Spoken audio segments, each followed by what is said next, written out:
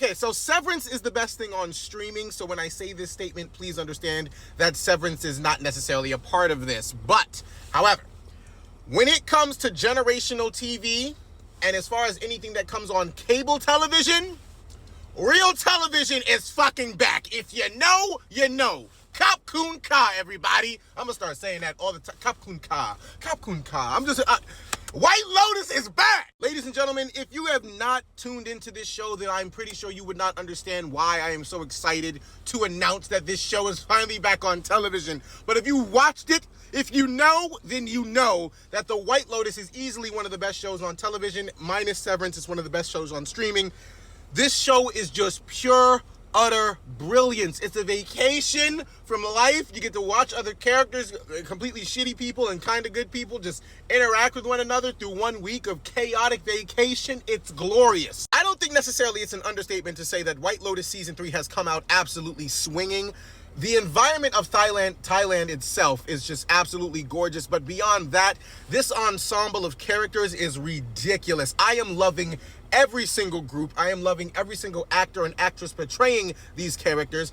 I'm in love. I am in love with all of these characters. I don't necessarily know this family's last name, but I know Patrick Schwarzenegger plays Saxon, who is going to be the douchiest character in this entire show. I can tell that already. But I absolutely am just very entertained about how shitty these people are, minus the daughter. She seems like the only sane one in the family. But everyone else I am thoroughly entertained by, especially the mom, Parker Posey. She is a trip. Walton Goggins and Amy Lou Richardson, I believe her name is. If not, her name is definitely Amy Lou. She's from Sex Education. I am glad she's getting an opportunity to shine in this show. And of course, Walton Goggins is always incredible and damn near, well, no, not damn near, in everything he's in. Then you have the trio of friends made up by Michelle Monaghan, Leslie Bibb, and Carrie Coon, who I am absolutely already head over heels obsessed with, because I already know that this group is mainly probably going to portray a theme of jealousy and envy, especially coming from Carrie Coon. She played against perfectly that entire episode, and you can, and a testament to the writing and the brilliant just character interactions of this show. You can already tell from the questions that these characters ask one another. You can tell from the way that they, you know, kind of prance around how famous she is, and kind of prance around, do you like people kissing your ass all day? Like, you can already tell where these relationships are more likely going to go. Of course, you don't really officially know, but you can kind of guess.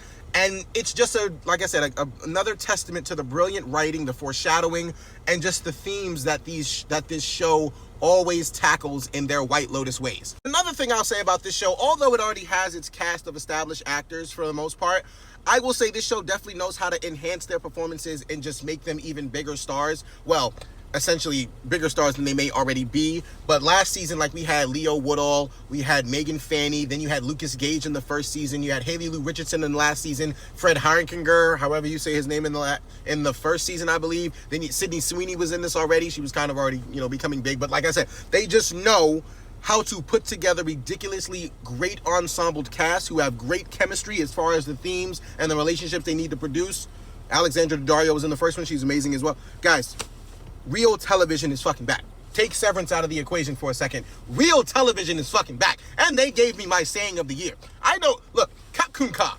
Look, anytime anybody gives me some stress at work, I'm just going to say Kap Kun Ka, and I'm going to walk away. I know how to handle all these situations perfectly. So I don't know what the story is between the security guard and the lady who works at the actual hotel herself. Loving the dynamic between those two. Loving to see how that goes, because I think they have a really good relationship so far.